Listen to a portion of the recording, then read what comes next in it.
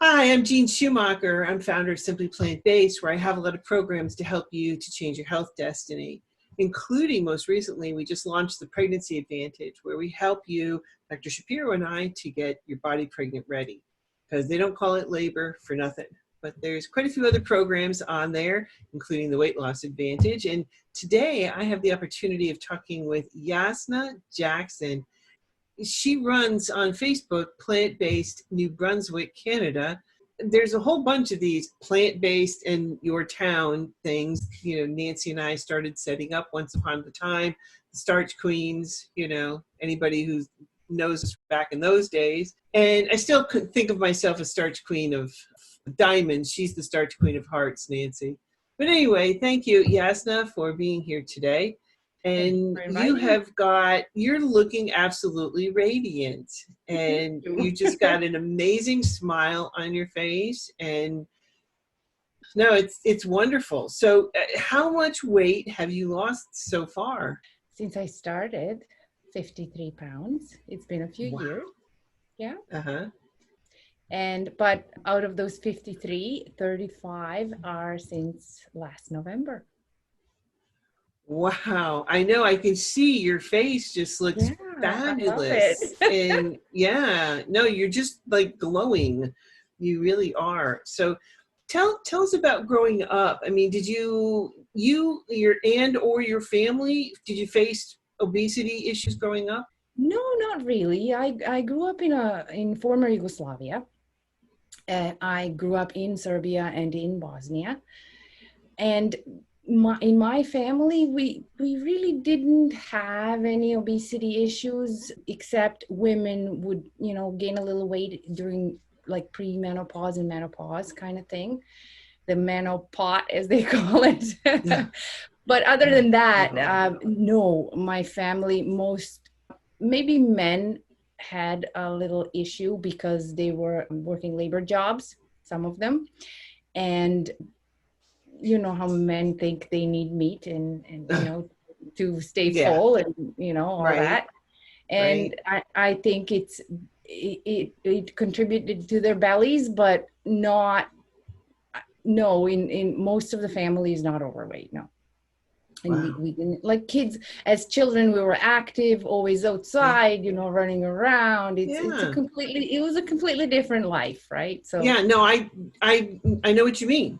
Kids today don't go outside and play. There's no such thing. You knew where your friends were, and you had to be home by dinner time. So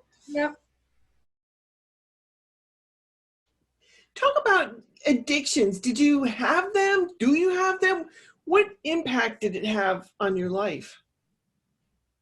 I do have them. And I never knew I had them until I kind of got introduced to plant-based eating, right? Mm-hmm. Like when I started university back home decades ago, the whole freshman 15 or whatever. It was more like freshman 22 because I gained like 10 kilos in 1 year. But it's just the way the food is back home. In my case, my addiction is flour. It's the bread. I never cared too much about sugar, but bread is staple food back home. And anything from homemade breads to pastries to a whole bunch of different things.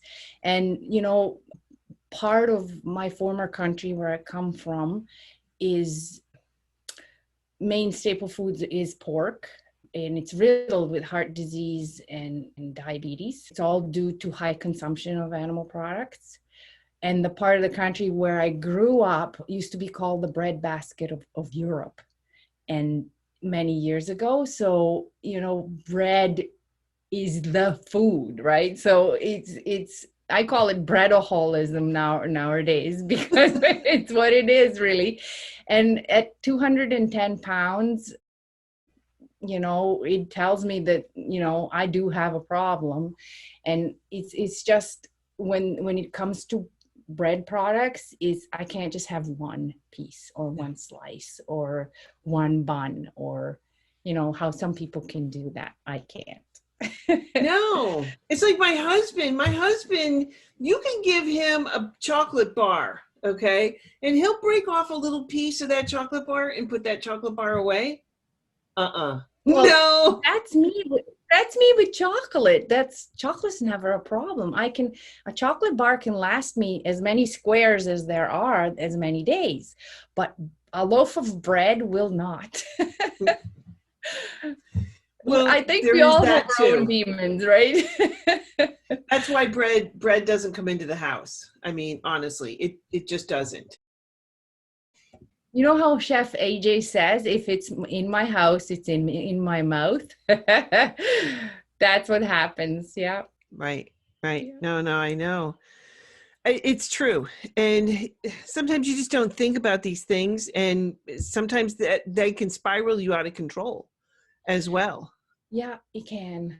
Yeah. So, Especially if you're a person who can't put on the brakes when you have a food addiction. And yes, it's not yes. like you want to eat that much. It's just you just Right. can't stop. Your brain is never full. Like you not your brain, your stomach is full, but your brain doesn't get the signals that you're Message. full. Yeah, Right. doesn't get the message either because you eat too fast or you're Right. missing some hormone that tells the brain that you're full or whatever. I mean, it's not called an addiction for nothing, right? Right. It's true. It is Yeah. true. I mean, so what other issues did you have to deal with other than being overweight? Well, I didn't have huge health issues, but Mhm. you know, I had a few things that bothered me, like getting out of breath when I was going up a few stairs, not being able to bend over and tie my shoes without getting purple in my face and not being able to breathe during that time because, belly's in the way. I've had I have varicose veins. They run in the family on my mom's side, and they were starting to get really bulgy on my legs. So have your And veins gone down? oh, totally, totally, way more. And it would help too if I would stop crossing my legs and sitting like that all day long. Hmm. And I have some bad habits still to work through. Well, And let me tell you, so I sit on a ball. Okay. I had that years ago. I loved it. Yeah. Yeah. I'm telling you, it's the best thing ever. So honestly, it's really helpful to sit on one. I mean, Yep. especially if you have to be in a position for a long time. My Yep. son used to wrestle, and I somehow, don't even ask me how I got involved in this. I helped him with wrestling tournaments, doing the software and Mhm. kind of running, controlling what match goes to who. Yeah. And it was incredible that you were there from about 6 o'clock in the morning till about 10, 11 o'clock at night. And the first year I sat in a regular chair, and just going to the bathroom, I felt like I was 400 years old. Yeah. Because I you're needed a sitting. walker, it's like, Yeah.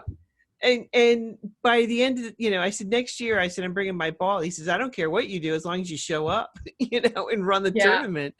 So Yeah. I'd be sitting there bouncing all around, all day long at the tournament. And I didn't feel, that way, so I can move, and I went to see an osteopath years ago and he uh-huh. suggested it. And my previous company where I worked before a current one, I used to sit on a ball for a few years and it helped with my ADD as well.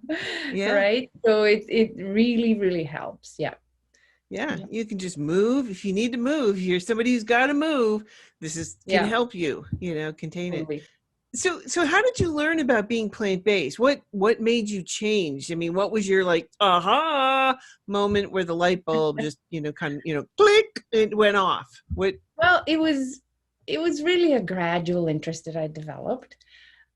I have a son who has attention deficit hyperactivity disorder. And when he was younger, he was just like he had a motor in his bum kind of thing, right? And because kids with attention deficit hyperactivity disorder, they can't sit still. They have to fidget. They have to move. And yeah. so I started learning about how different foods affect the brain. And time again, it came up that, dairy is not good for you, and processed sugars not good for you. And it affects the brain of hyper kids even more than it affects the brains of regular people, like neurotypical people, right? So slowly over time, I learned about, different additives in North America that are still allowed and have been banned in Europe many years ago. And then in 2011, a colleague of mine at my previous work said, hey, he was really into healthy eating. And he came to work one day and he said, hey, I just watched this new movie came out. It's called Forks Over Knives, right? It's a good one. He's like, I can just bring you a copy. You can watch it, right? I was like, yeah, sure. Anything. And he's like, because he's hyper, and he knew my son was hyper, and he's like, we gotta watch this, right? So I watched it, and things haven't been the same since. And slowly over time, I was, perusing Facebook and stuff. And then I found you actually, and I joined one of your 10-day challenges you used to run on Facebook. And I forget what your group was called. Yep, Plant-Based Westchester, New That York. one. That's my Yes, main group.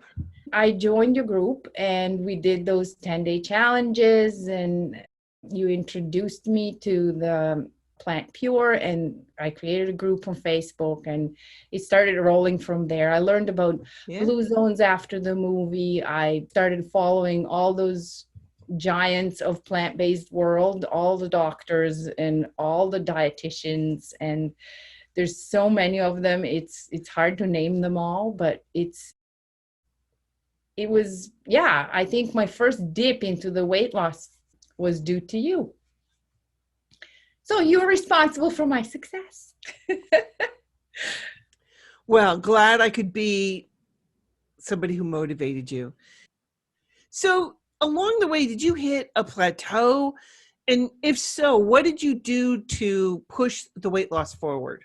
I did hit a plateau, but it was more than one, actually. So in 2017, I hit the highest weight of 210 pounds.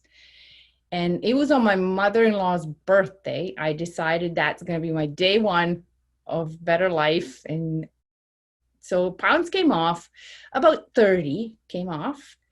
And then I don't know, life happened or whatever. I gained about 10, 12 of those pounds back.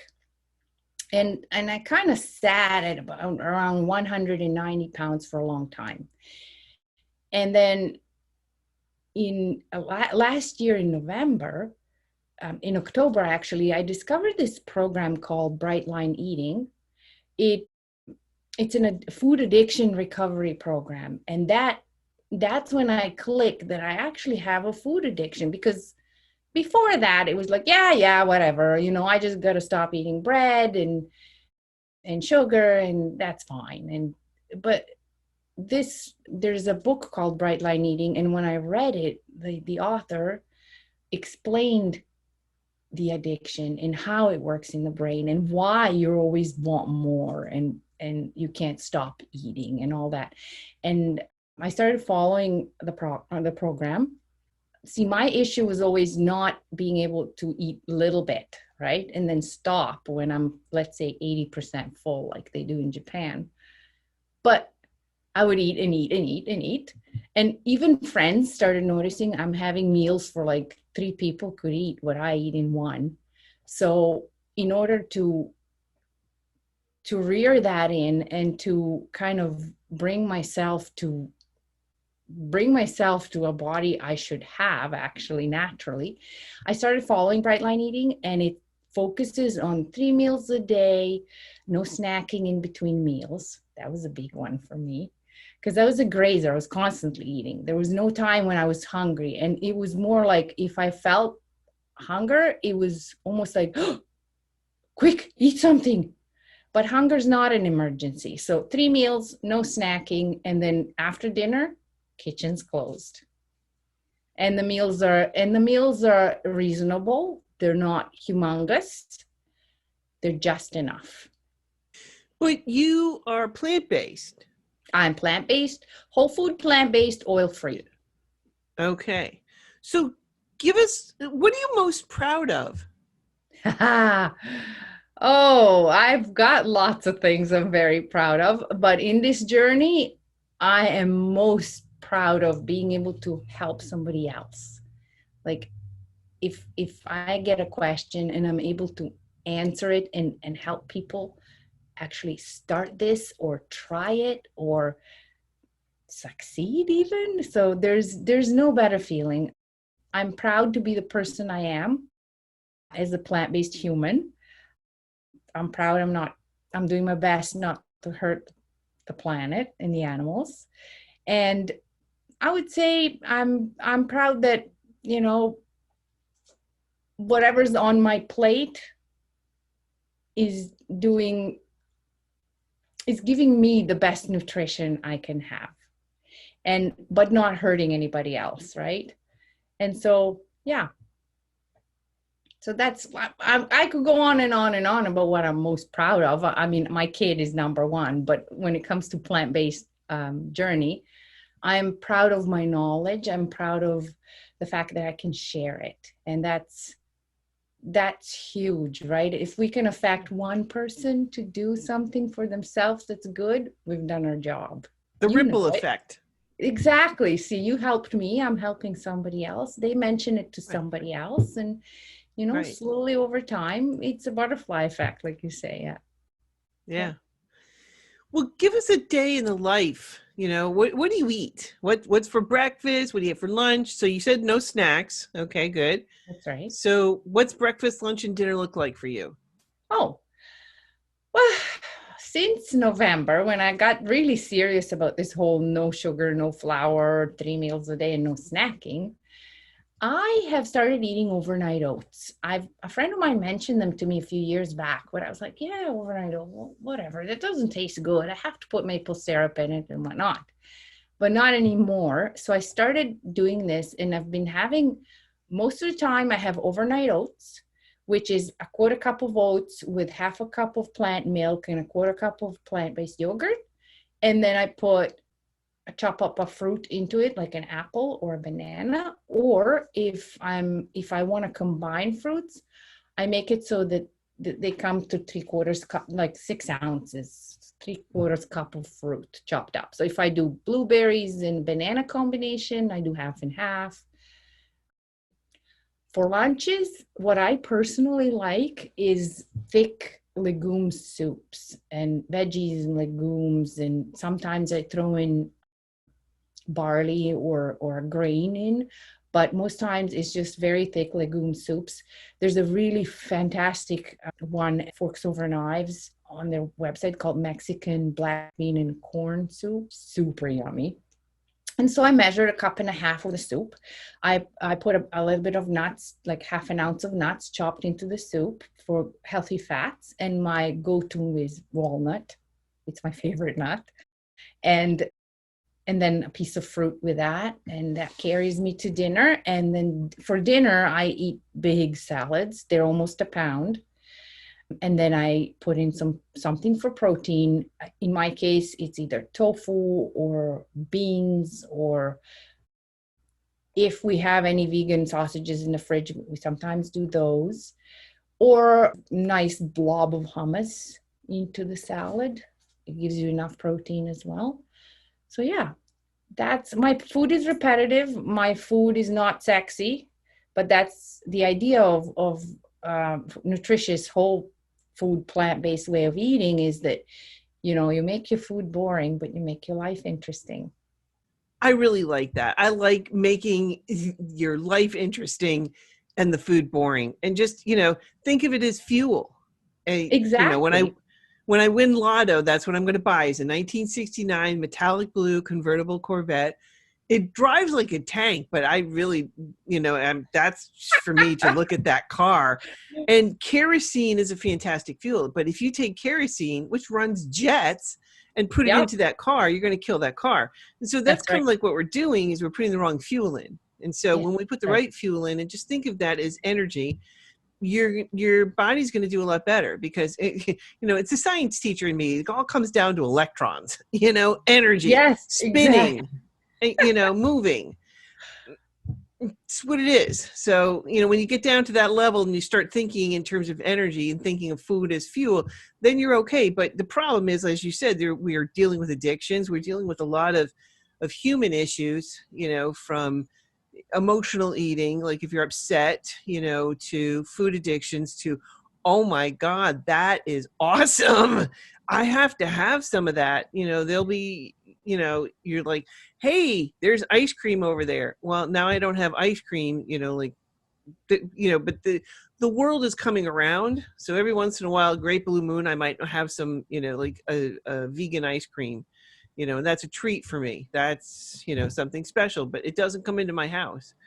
But, I know there's a lot of different reasons why, we become this way, and especially because I think also too, time. It's hard when you're working full time and you've got to deal with a family or kids or other people around you with food. And sometimes it's just easier to go out and grab something. But if I Mhm. do that, I always invariably pay for that in terms of my health. Yes. So, Well, um, there has been so many Franken foods, like Dr. Furman calls them, right? And yeah, food-like substances and that have been created for us to want more and to want to go back and to never yeah, stop, you know, getting right. them. But in the long run, it's not doing us and our families any good, No, it is right? not. It is not. Yeah. Okay. So, for somebody just starting this out, what advice can you give them? You know, think about when you did that. What would have liked to have known back then? What could help people to say, Yeah. "Oh, okay, I took me a while to get this, but I think people need to realize that what the job of food is. And oftentimes food is like the main thing in any culture. It's an identifier in many places. But we don't want our culture to keep our heart hostage, right? We don't want to be sick because we want to eat our cultural foods. We want to make them better. So what I wanted to say as an advice for somebody who's just starting, switching from the standard American diet or Western diet, whatever you want to call it, if you're not in the States, to a whole food plant-based diet, it's hard. It's not for the faint of the heart. And it could be hard for the first few weeks, but remember, every 2 weeks our taste buds cells renew. So, the you from 2 weeks ago is not the same you today. And tough it out, white knuckle it, like they say, for the first few days, even if you don't like it. Food will start tasting good. It's, if you just start, if you're going from the standard American or Western diet, you might experience some detox. I experienced a full-fledged flu symptoms. I was sick for like 7 days. I was in bed for 3 of those 7. And it was just like my body was freaking out with, no sugar, no flour. What are you doing to me kind of thing, right? But you get over it, you get better, you start feeling good. I would say cut down on any addictive substances in your life. Like if you're smoking, quit smoking. If you're drinking coffee, try to stick with 2, no more a day, because all these substances are making us want to eat more.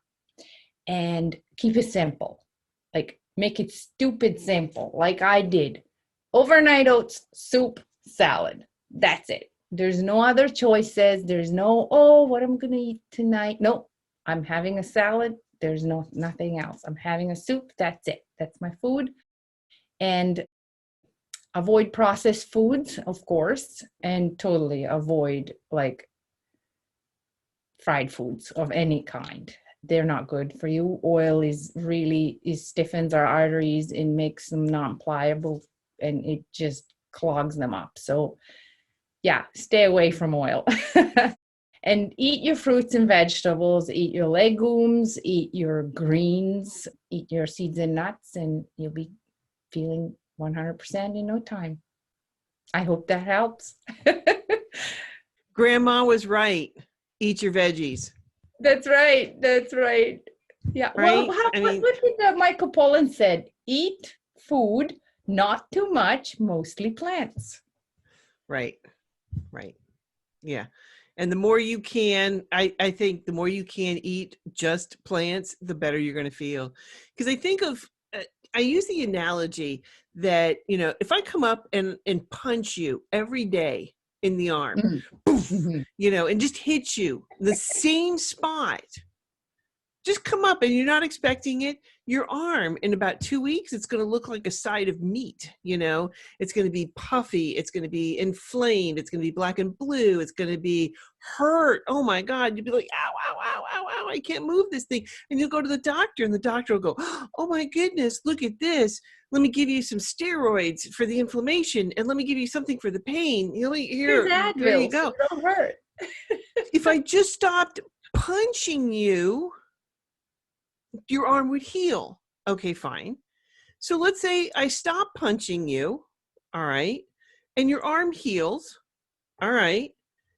And then a week later, I come up and just for the fun of it, punch you again.